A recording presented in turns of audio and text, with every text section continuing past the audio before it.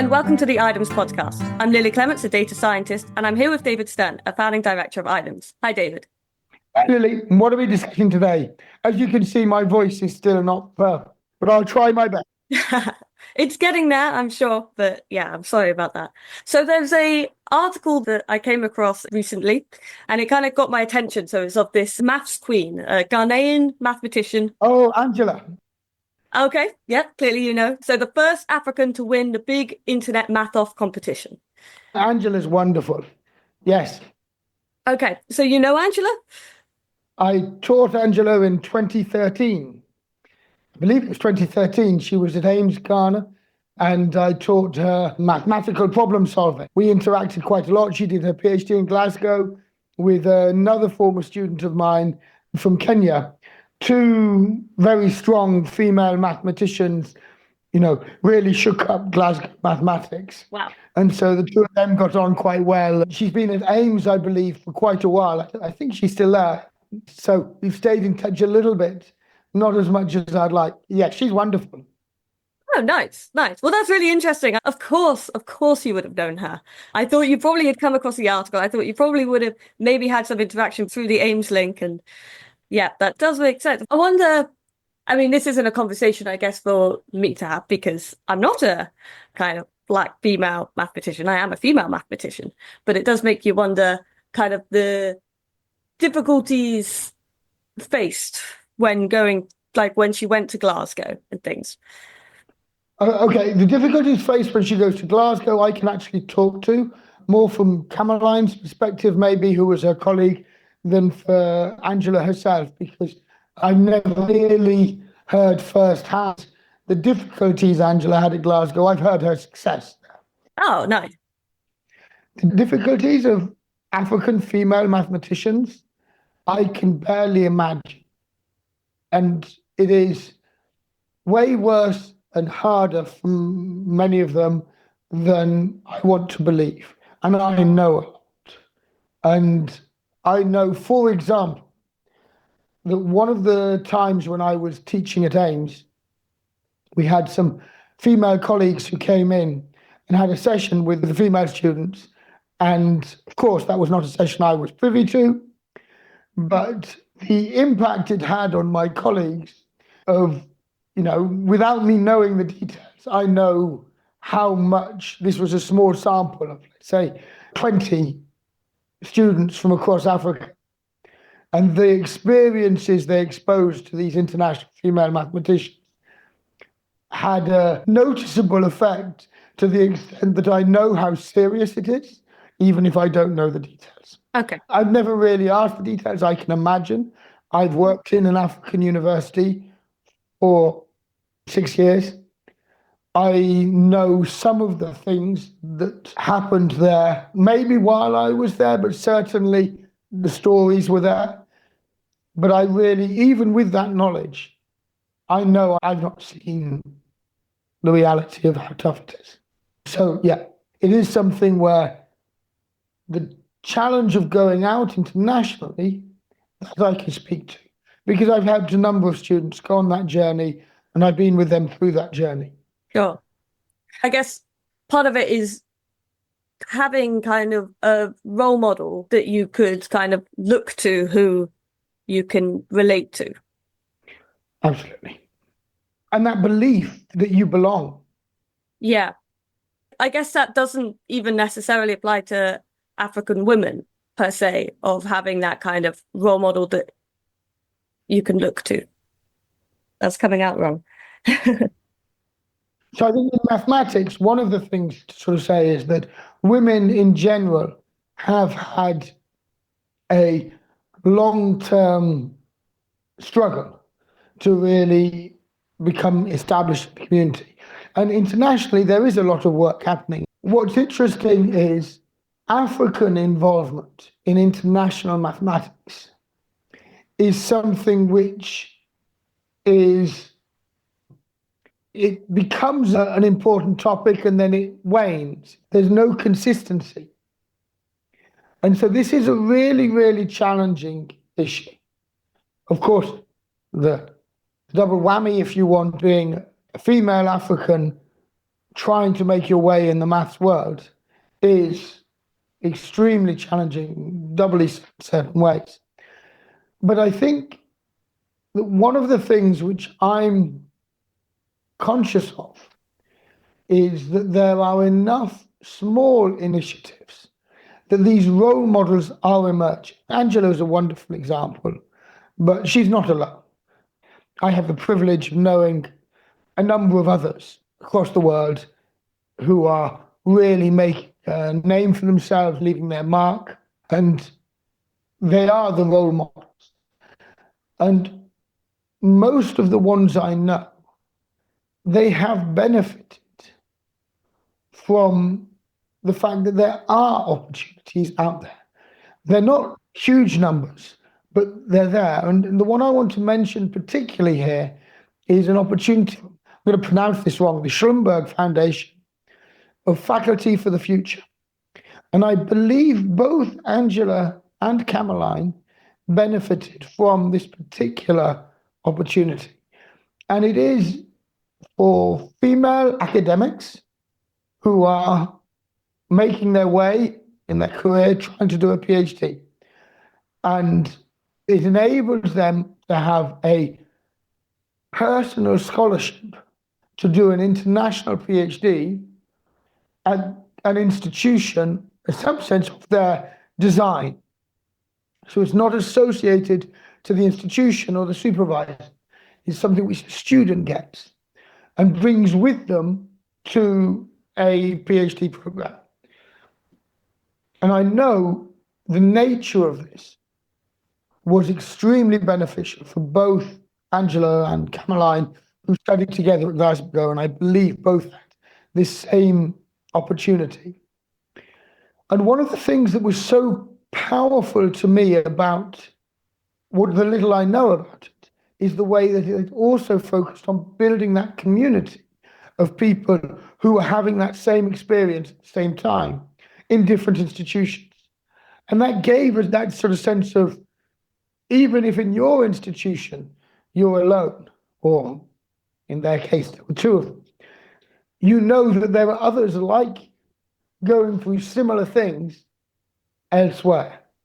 And that is really important, I think, in terms of dealing with this, with being this minority, which they were. And that's something that's so kind of new and powerful that we can have these days, is meeting people who are also in your unique situation through kind of having the internet. Yeah, of course. And this is sort of remote interactions. It wasn't just remote.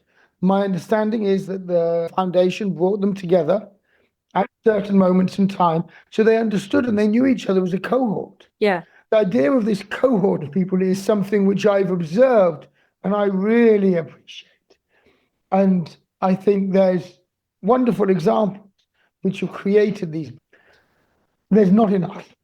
And that's something I am certain of, because I've spent long enough in environments where the opportunities are not enough to meet the talent.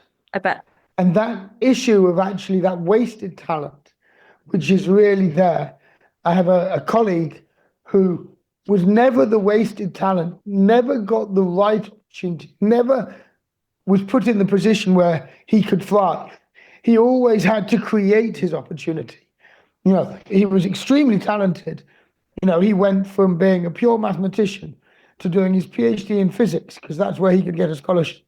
And then he became a data scientist. That's where he could get another opportunity. You know, he's kept battling his way through these opportunities, but never had it easy. This is, you know, the reality for many.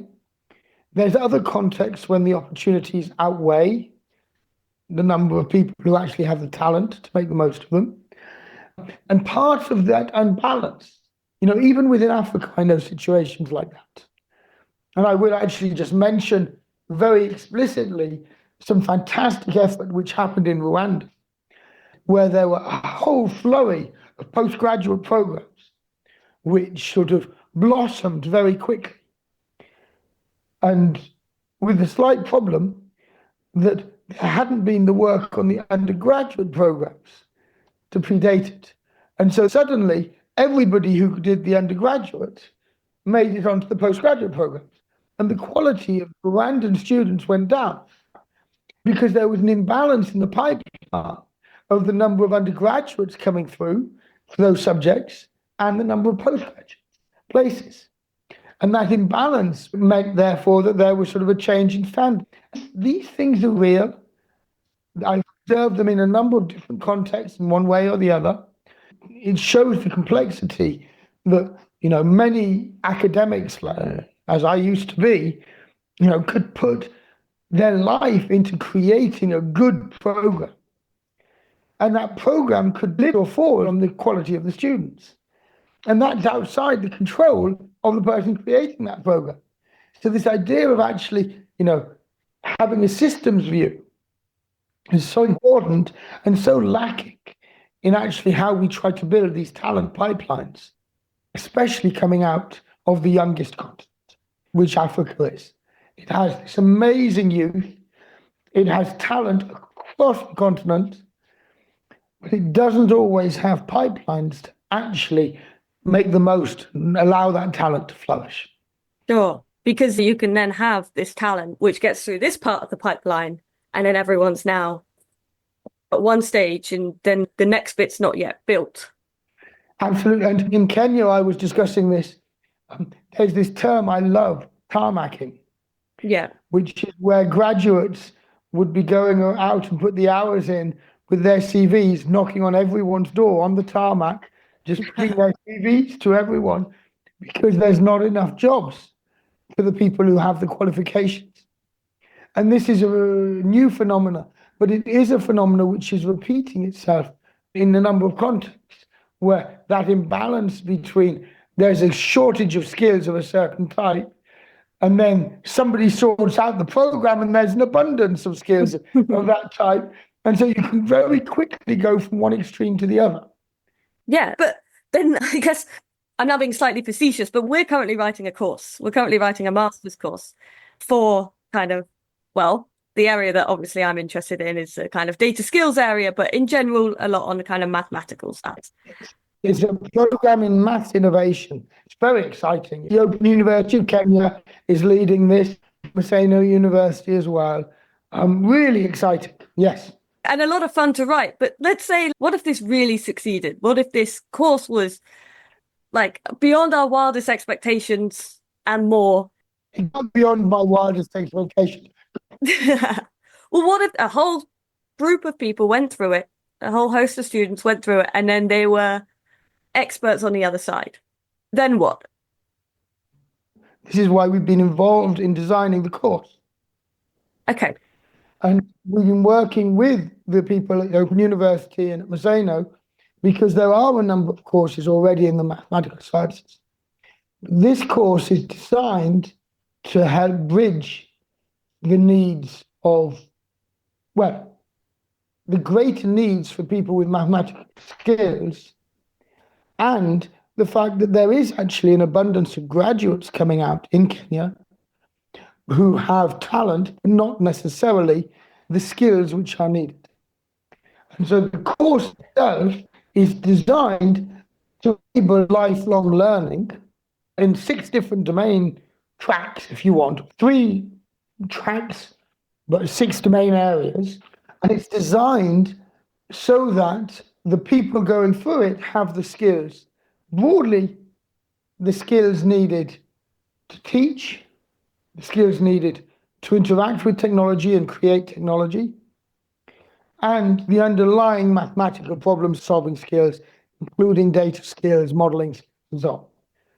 Most of the people I expect to apply are likely to be teachers, because many math teachers in Kenya want a further degree, partly as a way to leave teaching and get other opportunities.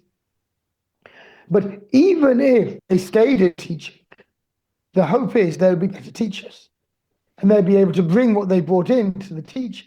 So even if they were absorbed into the teaching, this is intended to support Kenya in its transition to the competency-based curriculum for mathematics. That's really what's been conceived, to give teachers the tools and so on. But it's not just intended for teachers. For those who gain the skills, there is a need in industry, in public sector, for people with data skills. It's intended to give people the basics and enough of that that they can now actually contribute.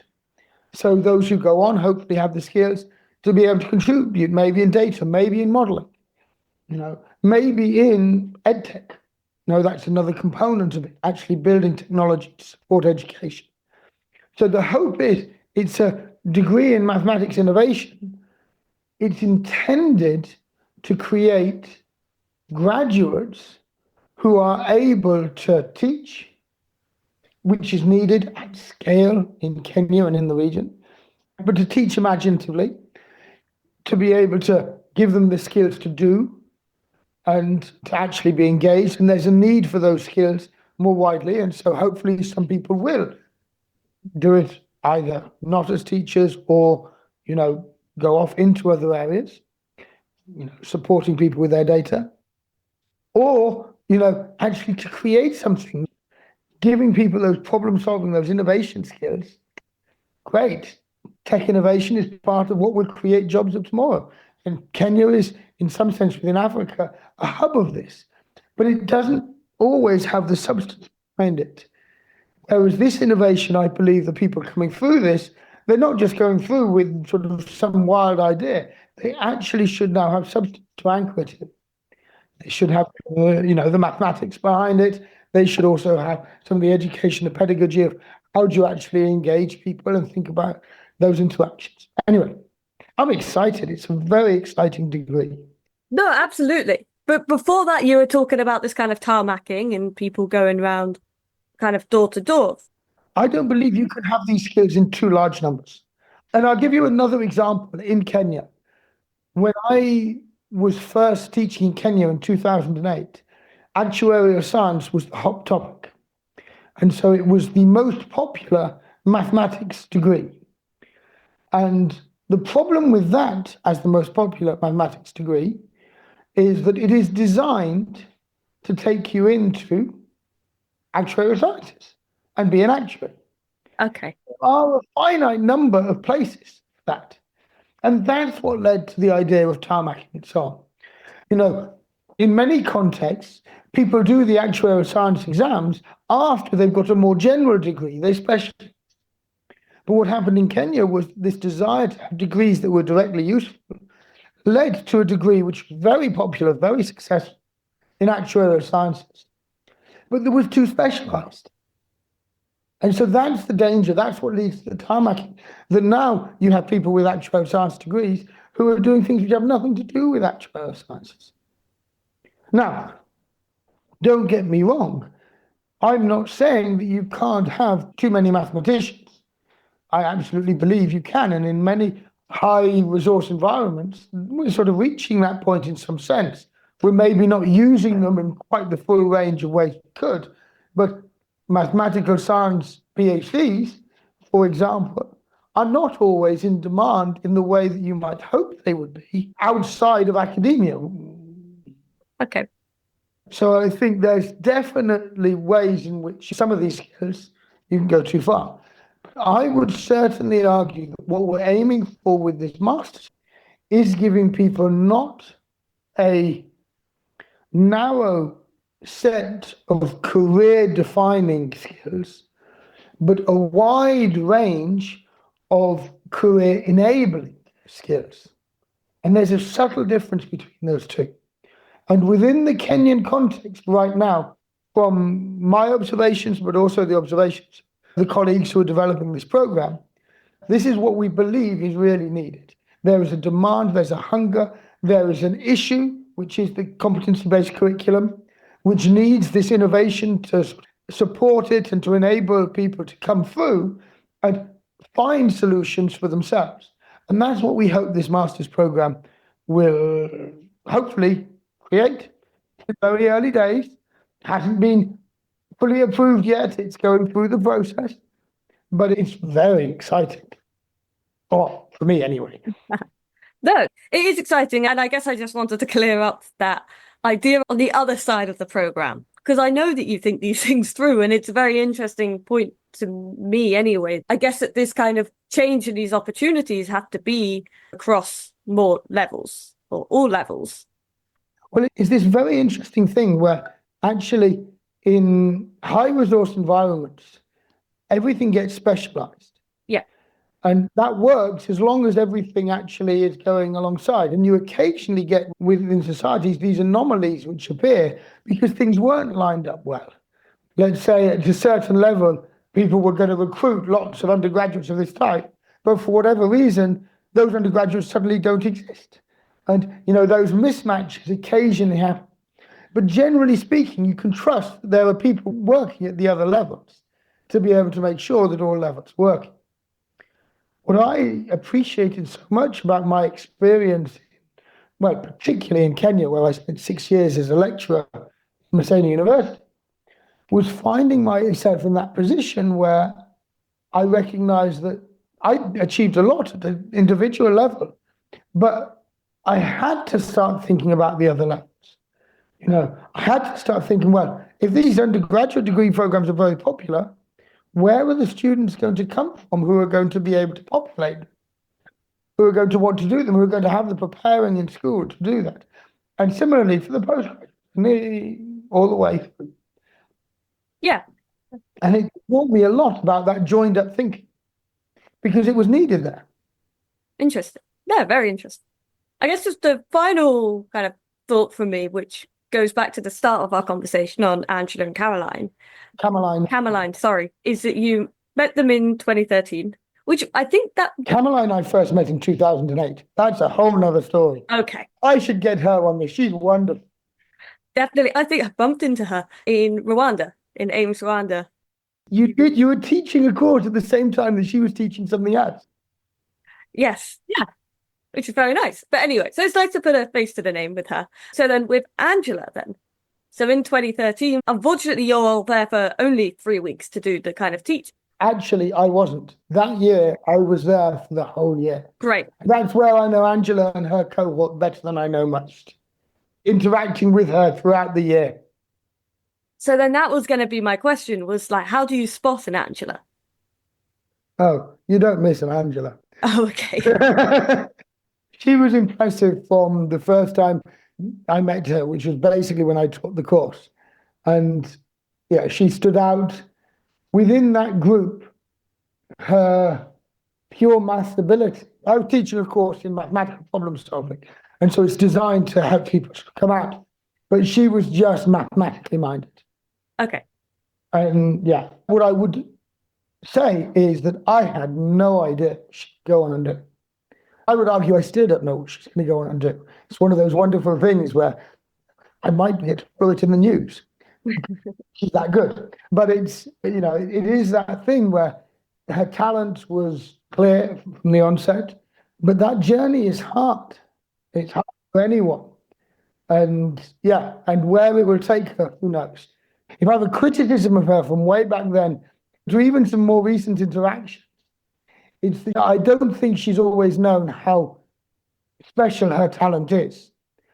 Sometimes I felt that what she finds easy, she expects others to find easy as well. And I'd be really interesting to learn whether, the time since I've known her, it has sort of really sunk in just how much harder other people find certain things than she finds them.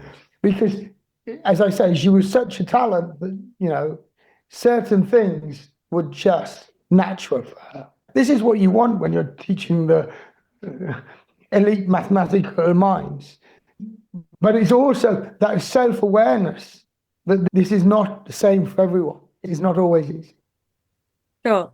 Well, I guess, you come across someone like that, and in a place where opportunities are sparse, as you say, it's difficult to know how to kind of get them to where they are. So it's fantastic that she's now got this. And I am absolutely confident I can take basically no credit for that. She deserves everything, but also, her project supervisor at IDEMS did help her to sort of create the link with Glasgow and so on, which led to that opportunity. And those things were it has taken individuals doing that. And I believe individuals can take credit that without them, she wouldn't have had the same opportunity. But her in particular, for Caroline, I can take a little bit of credit. For Angela, I can take no credit whatsoever. She didn't need her. This is the thing. When you're surrounded by so many people who are so good and all deserving, there's some people who you're only there to help them if they need it, but the assumption is they don't. And with her, she's never needed help. Not once has she reached out to need anything. I'm not saying she hasn't faced challenges, but I'm saying that I believe she, as many of her colleagues knew, I was always someone they could come to, and she never needed. Really interesting. There are some of her other colleagues who have done very well. Andre, who's in Australia, having finished her PhD and settled there now, who's also, what a talent, in a very different way. I'd argue that Andre was for data what Angela was for maths. Anyway, that's another story. I'm sure it is. But it's really interesting to hear about these talents. Anyway, this has been nice to think about Angela and Caroline and Andre. Yes, absolutely. And nice to think about them. And then I guess it just makes you wonder as kind of, a teacher, as we come to these courses, these open university courses, how do we spot these talents through online courses? So I do have some experience on that, and I don't believe it's going to be difficult. I'm looking forward to it. And it's something where I'm conscious. There was a time when I did know the students coming through all of the AIMS centres. Actually, one year I went to all of the AIMS centres and I got to know all the students a little bit. I'm not close to students anymore. As you know, you've been teaching some of the courses that I used to teach, and it is a shame to be that bit further removed now. And I do hope that for myself, I will get the opportunity to engage a little bit, because it's such a privilege to be able to interact with such talent when it's growing, when it's maturing intellectually and in other ways. And I mean, just to add, as you say, I've been taking on some of these courses now and things, and it's kind of like, well, I just hope that if I see that talent, I hope that I can spot it. You don't need to, in some sense. This is the thing. It's about supporting the people when they need it. You can't support everyone, and you certainly can't support everyone all the time. But you can sometimes make a difference. And it's recognizing those moments where you can make a difference. And, I had a call relatively recently, and it was just that call at that point in time was all they needed to reevaluate the opportunities they have in front of them. They don't even need necessarily new opportunities, but just being able to recognize the opportunities they have and see that in the past they didn't have opportunity. Where they are now, they do. Wonderful. Well, thank you very much, David. Thank you.